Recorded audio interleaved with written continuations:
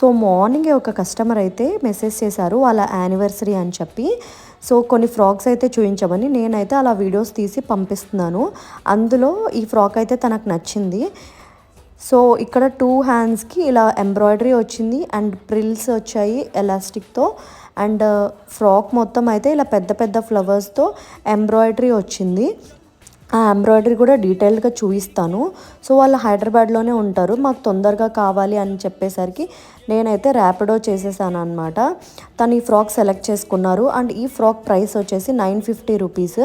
ఎవరికైనా కావాలన్నా కూడా స్క్రీన్ షాట్ తీసి పైన ఉన్న వాట్సాప్ నెంబర్కి మెసేజ్ చేయండి.